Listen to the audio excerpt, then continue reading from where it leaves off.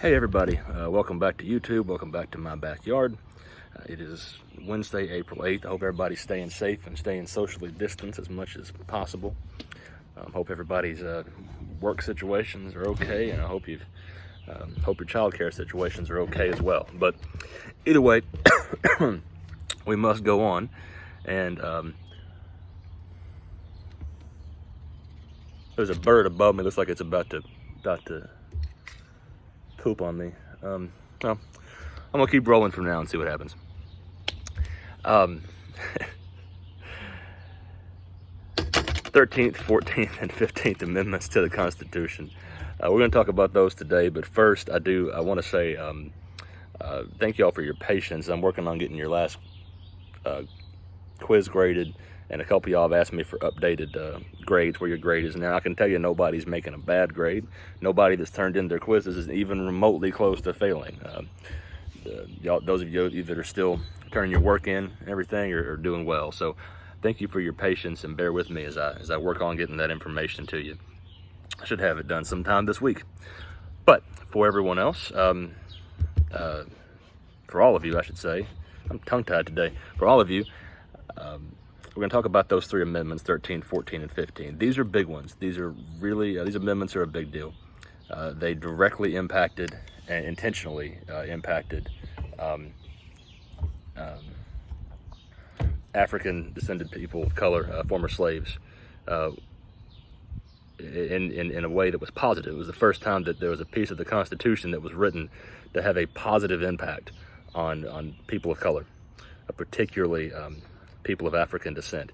And they were passed right after the Civil War, in a time period that historians call Reconstruction, the reconstruction of the Union. And it's kind of a misnomer, because the Union never really was the same as it was before the war. And in most cases, that's a good thing, and particularly in the case of the 14th Amendment. And I'm going to talk about that last, talk about Amendments 13 and 15, and although they are extremely important, I'm going to speed through them because the 14th Amendment is so impactful, and we only have so much time in this semester to talk about these things.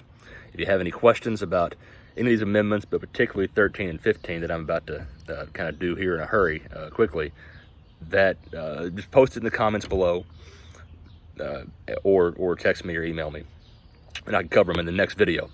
So, 13th Amendment, as hopefully you all know already, abolished slavery. Why was that necessary? I mean, we've heard of the Emancipation Proclamation that President Lincoln issued during the Civil War. That the way I was taught about that in grade school is that the Emancipation Proclamation freed the slaves.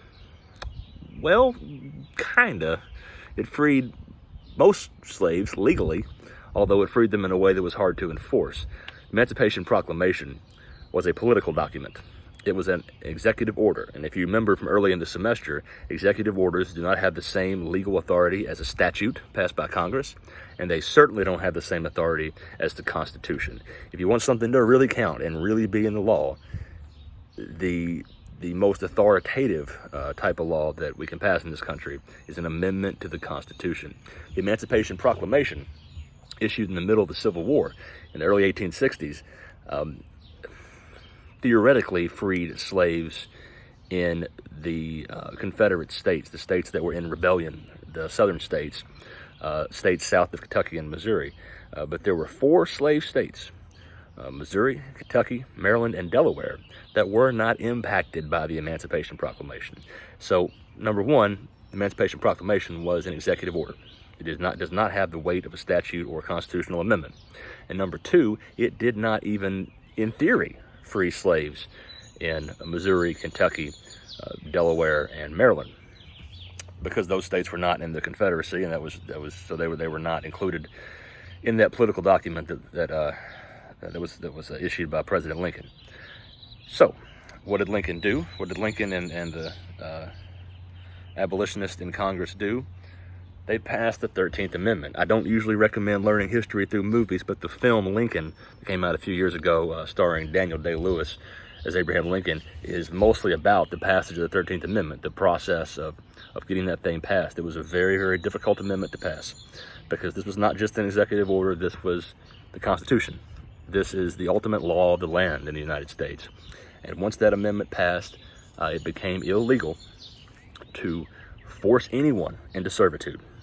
It made slavery in the United States illegal, with one exception. And if you go to the appendix of your textbook, or if you Google 13th Amendment and read the text, it's just a short little amendment, not too many words. It specifically says that it does not apply to prisoners, to people who are incarcerated for committing crimes. So it seems simple at first glance. It's actually a little more complicated than that. But the one thing to take away from that is that the 13th Amendment abolished slavery. So is there still slavery in this country? Yes, in different forms. But prior to the 13th Amendment, it was open. It was a business. It was a legal practice that you could do, just like you could own a barbershop. Well, you could also buy and sell human beings. And 13th Amendment made that illegal. So skipping ahead to the 15th Amendment.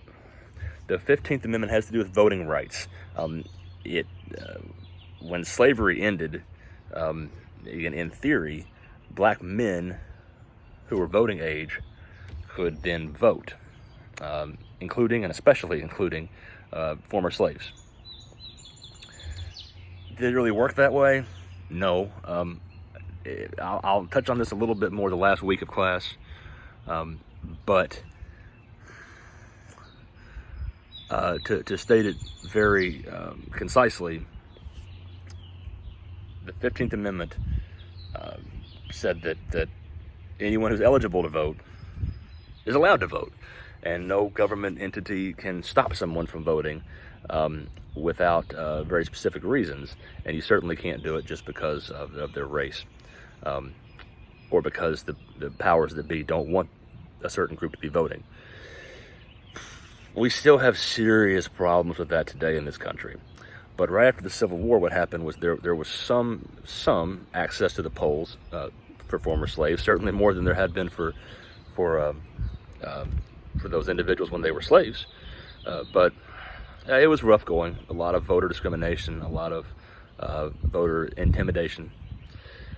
President Grant, who was one of the presidents during this Reconstruction time, these years following the Civil War, President Ulysses S. Grant, he actually sent federal troops into the South to prevent the Ku Klux Klan from intimidating black men who were trying to vote in the Carolinas. There's one example of how serious this got and how serious the federal government was, and some presidents were about enforcing this amendment. And there was a time period there when, again, it was not perfect. There was still great discrimination. A time period when there was some open access to the polls for black men. I say men because no women were allowed to vote in the United States for decades after the Civil War, about 50 years after the Civil War. So, but for a while there, some black men in some areas were voting. And then along came Jim Crow. And if we have time, we'll talk some about the Jim Crow era the last week of class. But that was just states cracking down on the civil rights of black people, particularly black people trying to vote, trying to live their lives, and exercise their rights as American citizens. And it wasn't until the Voting Rights Act in the 1960s, that's that Lyndon Johnson time era, the mid-1960s, that eliminated, not all, but quite a few of the barriers to black men, or at that point, black men and women who were trying to vote. And then just as recently as last month, the U.S. Supreme Court seriously weakened the Voting Rights Act. And if you want to know more about that, just Google Wisconsin election or Wisconsin primary election, and you'll see plenty of results about describing that debacle that happened there. So this is still an issue to this day. But the important thing is that the federal government, Congress, felt strongly enough in the late 1860s that there needed to be a piece of the Constitution that said that people who have the right to vote, that right shall not be infringed upon by the government. This is one of those things where we have a long way to go to actually live up to the words of this amendment, but it's good. It's a very good thing that it's a part of the Constitution, as the 15th Amendment. Now, that's 13 and 15. Let's go to the 14th Amendment. This is a big one. They're all important. They're all big ones. But The 14th Amendment fundamentally changed the way that the United States government and state and local governments within the United States relate to their people, how they govern the people. Prior to the Civil War, there was a belief among states, southern states, and then some states that weren't southern states as well, but certainly those states that joined the Confederacy, the states down south, there was a belief that the Fifth Amendment, language about due process of the law, remember we discussed that last week, that the government shall not take away your life, liberty, or property without due process of law. The state said, okay, that's great, but that only applies to the federal government. The federal government shall not do that, but the states can do it all they want. That was the interpretation in many of the states, particularly southern states, prior to the Civil War. It was one of the major factors that led to the Civil War. Afterwards, Congress, and first Lincoln, and then of course Lincoln died, but Congress decided to address this issue.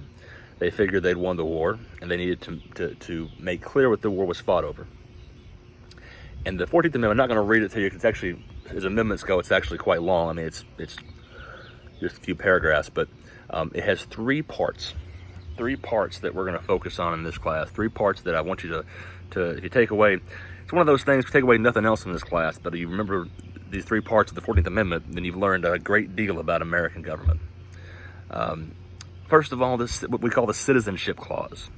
The Citizenship Clause is language in the 14th Amendment that guarantees citizenship, all the rights available to an American. What does it mean to be an American? Well, this is a big part of it. You have certain rights. Anyone in this country has the rights that the Constitution applies, but citizenship is a step further. Citizenship is, you are a part of this country. When the government does things, it does it on your behalf, and theoretically should be doing it with your input. You are a citizen. It gives citizenship to all people born in the United States, or who naturalized, who have gone through the official process of becoming a citizen if they were born somewhere else. This is still very relevant today. It became very relevant in the 2016 election. This idea of people who have undocumented immigrants who have come to this country without going through a legal process. When they have children in this country, they're on the soil of the United States. The 14th Amendment gives those children citizenship. Highly controversial to this day. That's number one, Citizenship Clause. The second thing I want you to remember about the 14th Amendment is the Due Process Clause. This really it's not quite word for word, I don't believe, but it really just repeats the due process language of the Fifth Amendment, that the government shall not take life, liberty, or property from people without due process of law. But so this is not creating a new idea.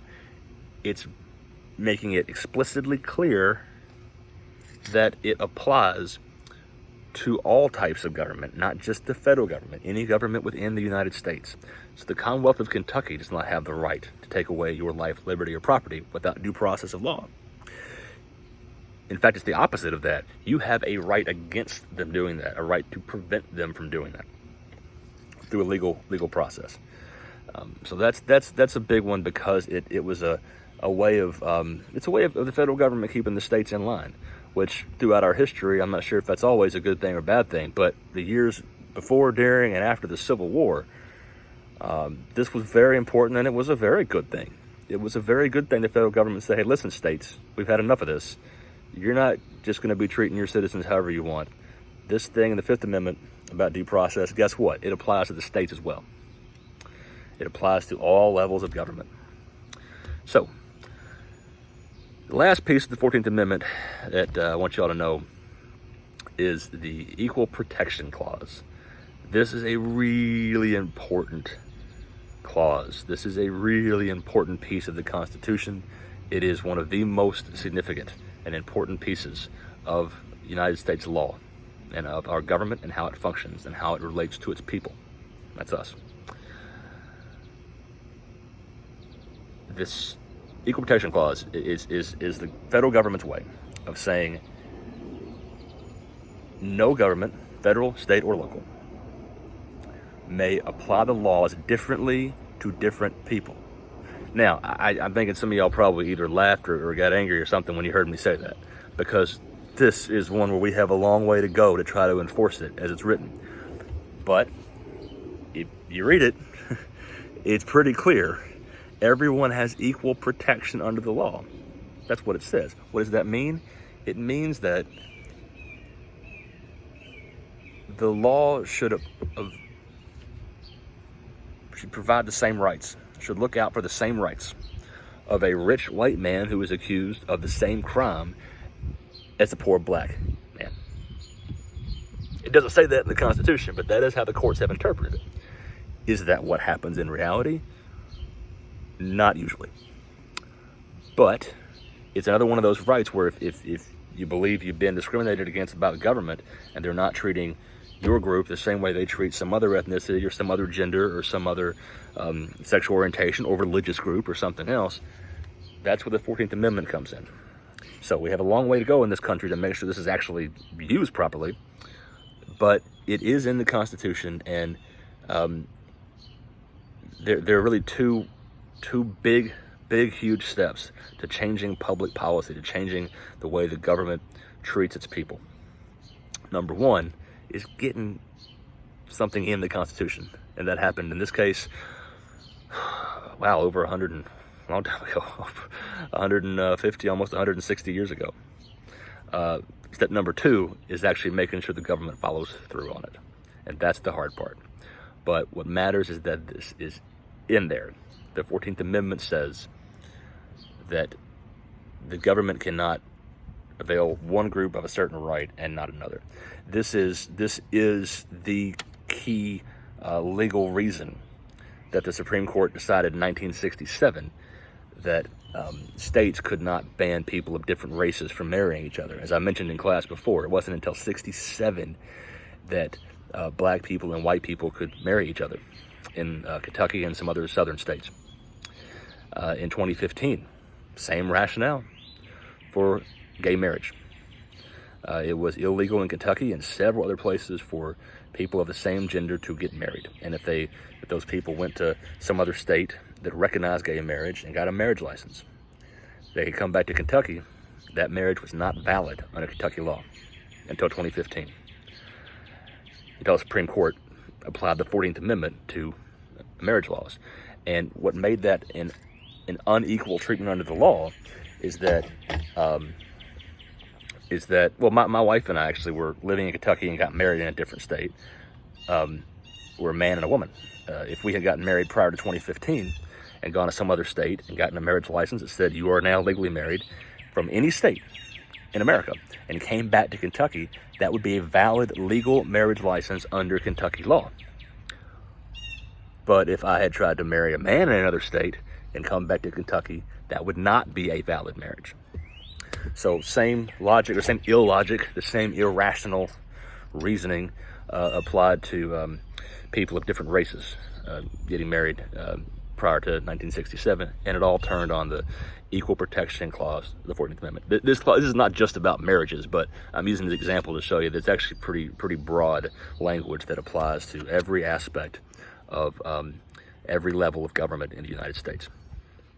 All right.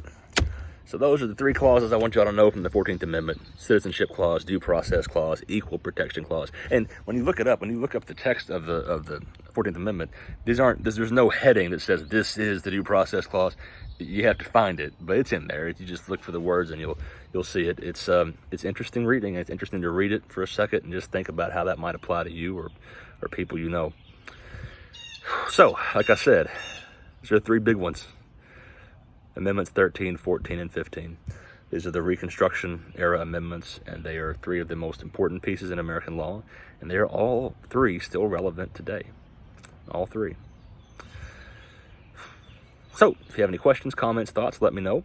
And also post in the comments below that you have watched this video. Please let me know that you saw it. And that's how you continue to get your participation grades for the class. And I'm working on getting your quizzes graded and updating your current grades to date, and I'll let y'all know hopefully sometime this week. But everyone who's turning in their stuff and watching the videos, you're doing well. Your grades are good. So look forward to seeing y'all on Monday. Have a good rest of the week. Have a great weekend. Stay safe. Stay safe and stay distanced as long as you can. The more effort we all put into this to following guidelines and staying apart from each other, the faster it'll be over. So thank you all so much for listening, and I will talk to you all Monday.